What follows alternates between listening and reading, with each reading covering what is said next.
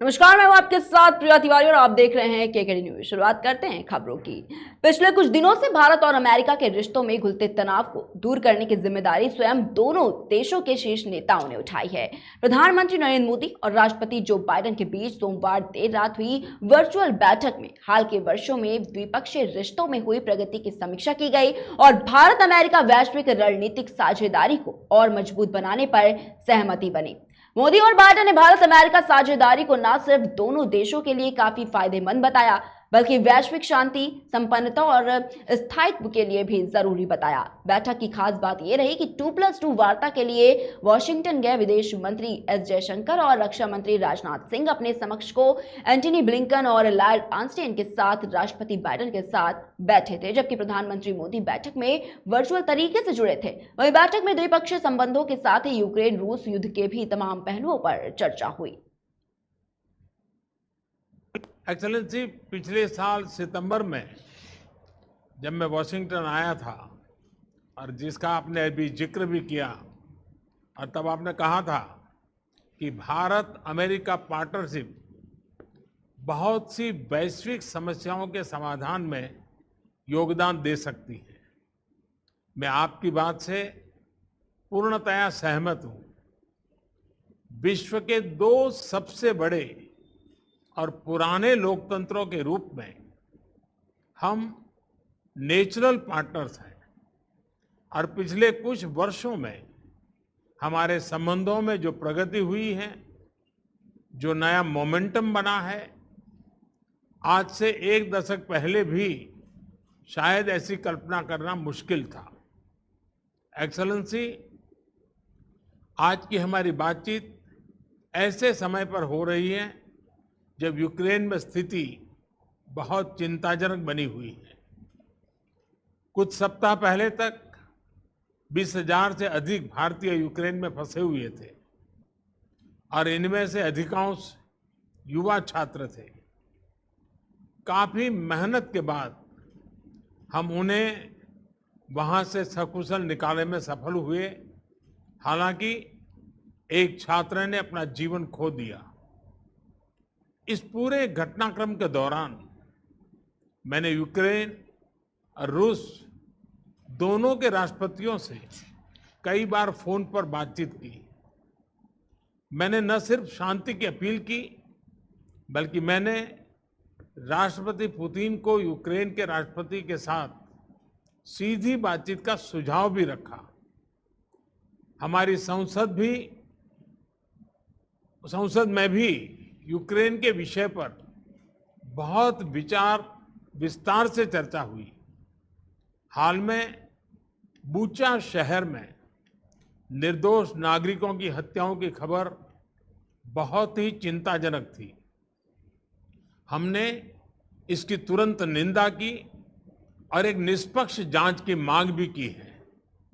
हम आशा करते हैं कि रूस और यूक्रेन के बीच चल रही बातचीत से शांति का मार्ग निकलेगा। एक्सेलेंसी, हमने यूक्रेन में सिविलियन जनता की सुरक्षा और उनको मानवीय सहायता की निर्बाध आपूर्ति पर भी महत्व दिया है और जिसका अभी आपने प्रारंभ में जिक्र भी किया।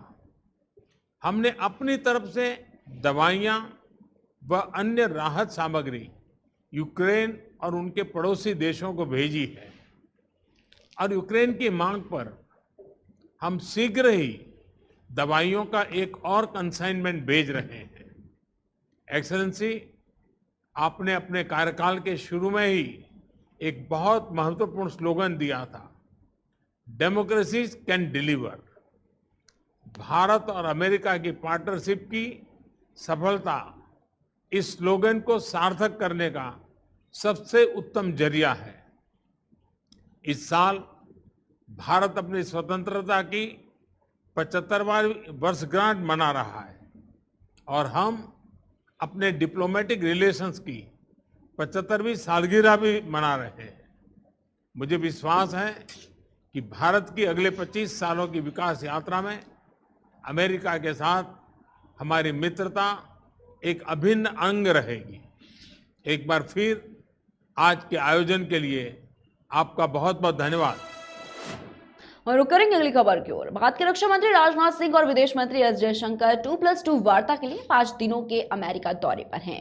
दोनों मंत्रियों ने सोमवार को अमेरिकी रक्षा मंत्री लॉयड ऑस्टिन और विदेश मंत्री एंटनी ब्लिंकन से अलग अलग मुलाकात की और इस दौरान रक्षा सहयोग के साथ कई मुद्दों पर चर्चा भी हुई। सबसे पहले राजनाथ सिंह ने वॉशिंगटन में लॉयड ऑस्टिन से मुलाकात की और इस दौरान दोनों मंत्रियों ने इंडो पैसिफिक रीजन में सहयोग बढ़ाने और डिफेंस पार्टनरशिप को मजबूत करने पर चर्चा की। ऑस्टिन ने चीन की तरफ से हिंद प्रशांत महासागर में की जा रही दखलंदाजी को लेकर भी भारत को पूरी मदद का भरोसा दिया। वहीं दूसरी तरफ विदेश मंत्री एस जयशंकर ने भी अमेरिकी विदेश मंत्री एंटोनी ब्लिंकन से मुलाकात की। इस दौरान दोनों देशों के इंपोर्ट एक्सपोर्ट, ग्लोबल सिक्योरिटी, जलवायु परिवर्तन और कोरोना जैसे कई मुद्दों पर मिलकर काम करने पर चर्चा हुई। वहीं 2+2 की ये वार्ता क्वाड ग्रुप के तहत की गई। ब्लिंकन ने इस भारत अमेरिका 2+2 वार्ता को वैश्विक मामलों में महत्वपूर्ण क्षण बताया। इस दौरान रक्षा मंत्री राजनाथ सिंह ने कहा कि कोरोना के वक्त अमेरिकी सरकार ने हमें बहुत समर्थन दिया, हम उनका धन्यवाद देते हैं। ये बैठक भारत और अमेरिका के बीच बहुत महत्वपूर्ण है।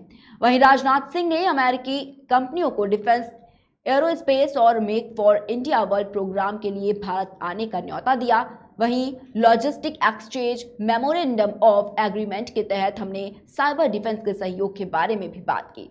वहीं दूसरी तरफ विदेश मंत्री एस जयशंकर ने कहा कि दोनों देशों के बीच व्यापार और निवेश की बात हुई। साथ ही हम आतंकवाद का मुकाबला करने के लिए और समुद्री सुरक्षा में सहयोग देने के लिए अमेरिका का धन्यवाद देते हैं। इसके साथ ही हमने बातचीत के दौरान दोनों देशों के बीच हेल्थ, अंतरिक्ष विज्ञान और टेक्नोलॉजी में रिश्तों को और मजबूत करने पर जोर दिया।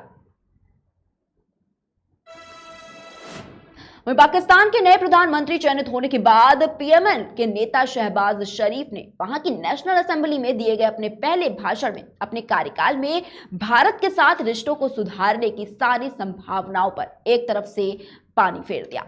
उन्होंने ना सिर्फ कश्मीर के मुद्दे को खूब बढ़ चढ़कर हवा देने की कोशिश की, बल्कि भारत के साथ अपने रिश्तों के भविष्य को सीधे तौर पर कश्मीर से जोड़ने की बात कही है। उन्होंने चीन के साथ पाकिस्तान के रिश्तों को भी कयामत तक जारी रखने की बात करते हुए ये साफ कर दिया है कि सत्ता में बदलाव के बावजूद दोनों देशों के रिश्तों में कोई बदलाव आना संभव नहीं है। पीएम नरेंद्र मोदी ने पाकिस्तान के नए प्रधानमंत्री शहबाज शरीफ को बधाई दी। उन्होंने ट्वीट कर कहा कि भारत आतंक मुक्त क्षेत्र में शांति और स्थिरता चाहता है ताकि हम अपनी विकास चुनौतियों पर ध्यान केंद्रित कर सके और अपने लोगों की भलाई और समृद्धि सुनिश्चित कर सके। नेशनल असेंबली में शहबाज शरीफ ने चीन, सऊदी अरब, अफगानिस्तान, यूएई, अमेरिका, यूरोप संघ, ब्रिटेन जैसे देशों के साथ अपने देश के रिश्तों का उल्लेख करने के बाद अंत में भारत का जिक्र किया। उन्होंने कहा कि भारत व पाकिस्तान पड़ोसी मुल्क है, लेकिन बदकिस्मती से रिश्ते काफी ज्यादा खराब रहे। उन्होंने स्वीकार किया है कि नवाज शरीफ जब भी सत्ता में होते हैं तो भारत के साथ रिश्ते सुधरते हैं, लेकिन साथ ये भी याद दिलाया कि जब भारत ने 5 परमाणु विस्फोट किए तो पाकिस्तान ने 6 परमाणु विस्फोट कर भारत के दांत खट्टे कर दिए। इसके बाद उन्होंने अगस्त 2019 में भारत की तरफ से कश्मीर से अनुच्छेद 370 खत्म करने का जिक्र किया और इसके खिलाफ काम नहीं करने के लिए पूर्व पीएम इमरान खान को कटघरे में खड़ा कर दिया। तो जनाब स्पीकर, मैं अर्ज करना चाहता हूं कि भारत के साथ हम अच्छे ताल्लुकात के ख्वाह हैं, लेकिन मसला कश्मीर के मुनसफाना हल तक पायदार अमन कायम नहीं हो सकता। इसलिए मैं समझता हूं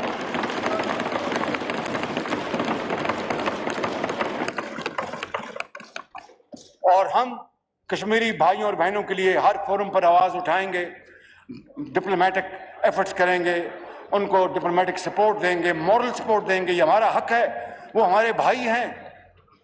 जनाब स्पीकर, काश भारत ये समझ लेता, और मैं प्राइम मिनिस्टर मोदी को मैं ये मशवरा दूंगा कि आप समझें कि दोनों अतराफ जो गुर्बत है, जो बेरोजगारी है, जो बीमारी है, जो लोगों को दवाई नहीं मिलती, तालीम नहीं है, कारोबार नहीं है, मजदूरी नहीं है, क्यों हम इस तरह अपना और आने वाली नस्लों का नुकसान करना चाहते हैं। आए कश्मीर का मसला अक़वाम मुत्तहिदा की करारदादों और कश्मीरियों की उमंगों के मुताबिक तय करें और दोनों अतराफ इन गुर्बत को ख़त्म करें, गुर्बत को मिटाएं, रोज़गार पैदा करें, तरक्की दे और खुशहाली लेके आएँ।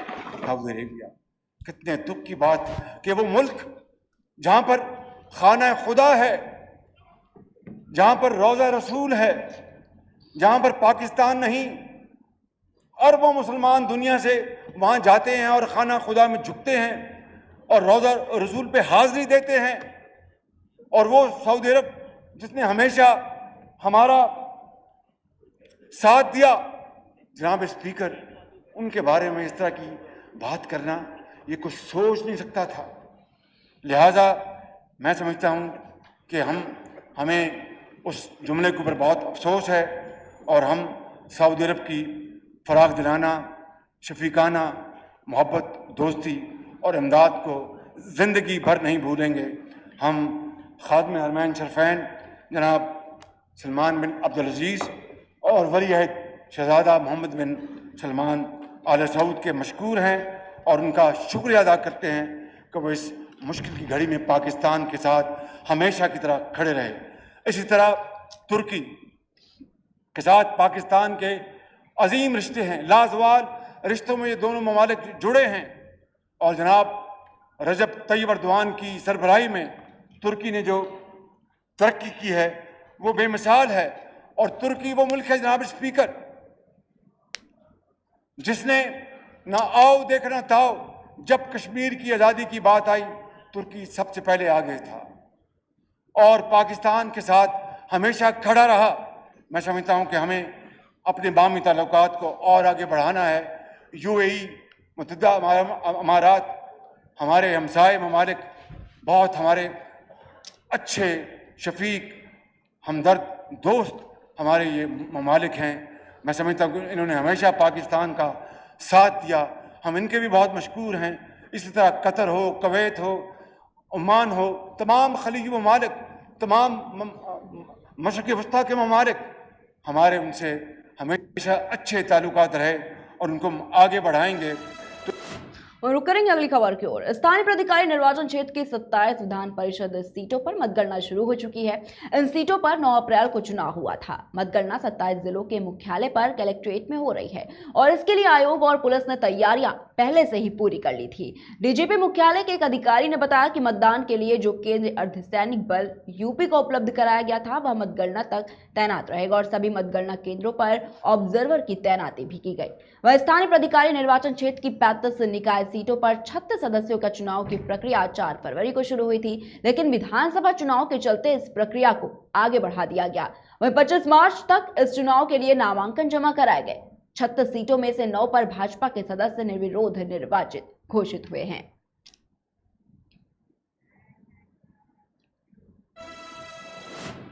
उत्तर प्रदेश के कानपुर समेत आसपास के जिलों में लगातार पड़ रही भीषण गर्मी से जल्द ही कुछ राहत मिलने की उम्मीद है।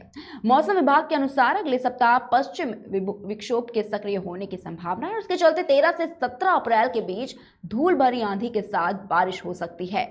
मौसम के इस बदलाव का असर दिल्ली, हरियाणा, पंजाब के साथ पश्चिमी यूपी और कानपुर मंडल के जिलों में पड़ेगा। वहीं बारिश की वजह से तापमान में भी कमी आ सकती है। मौसम विशेषज्ञ डॉक्टर एस.एन. पांडे के मुताबिक मार्च में 4 पश्चिमी विक्षोभ हिमालय की पहाड़ियों में बने, लेकिन उनकी सक्रियता दूर तक नहीं रही और इसी की वजह से गर्मी का असर दिनों दिन बढ़ता गया। अब 12 अप्रैल की आधी रात से फिर पश्चिमी विक्षोभ सक्रिय हो रहा है, जो पश्चिमी हिमालय से शुरू होकर उत्तर प्रदेश सहित कई राज्यों की तरफ बढ़ेगा।